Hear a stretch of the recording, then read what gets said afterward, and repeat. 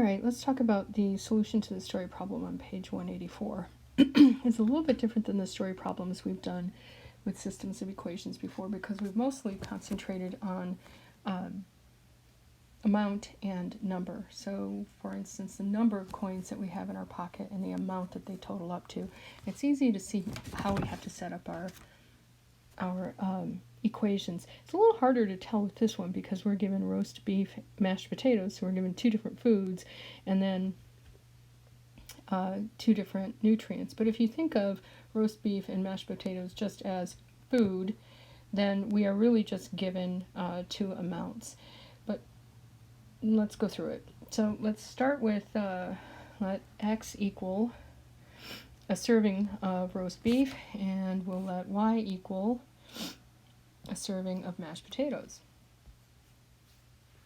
Our problem gives us that there are 11 grams of calcium in roast beef, so it's per serving, right? 11 grams per serving, so we would have 11x. If x is a serving of roast beef, the amount of calcium is 11x.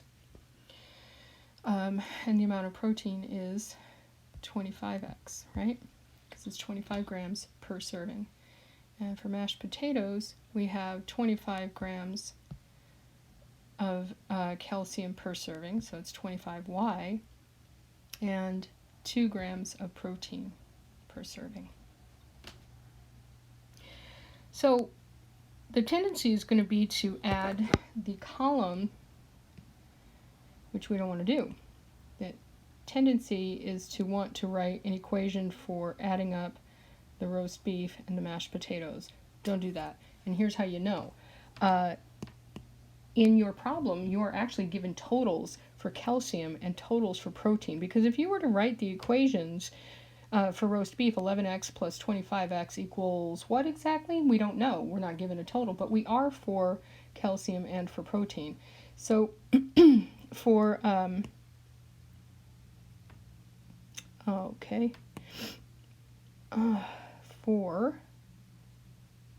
hang on.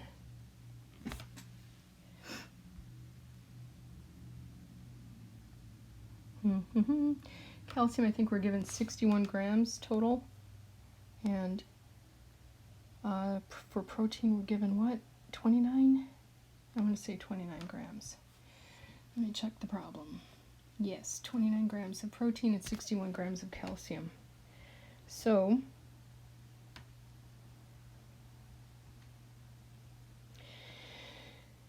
we can rewrite or write a system of equations. 11x plus 25y equals 61, and 25x plus 2y equals 29. And we want to solve that bad mamma jamma, right? How are we going to do that? Well, I normally like elimination, but we would have to do some pretty serious multiplying to get some really big coefficients. We're going to get some pretty decent sized coefficients even if we do substitution, but I like substitution in this one. However, they are equivalent, right? They're equivalent processes. You can do either one and expect to get the right answer as long as you are diligent in your accounting, right? So let's call that equation 1, equation 2. I'm going to rewrite equation 2. 2y equals negative 25x plus 29, divide through by 2, and again, normally I don't like decimals. I'm going to break my own rule here and say we're going to have negative 12.5x plus 14.5. I'm going to use this expression for y. I'm going to substitute it into equation 1. So equation 1, I get 11x plus 25 times negative 12.5x. Whoops, hang on. Plus 14.5, that's in the parentheses too. And that mass has to equal 61. And then we solve, right? We will need our calculator for this. Let's see, 11x minus, what's 25 times 12.5 off the top of your head? Come on, how hard can that be? 25 times 12.5 is, we get a negative 312.5x, and 25 times 14.5 is 362.5.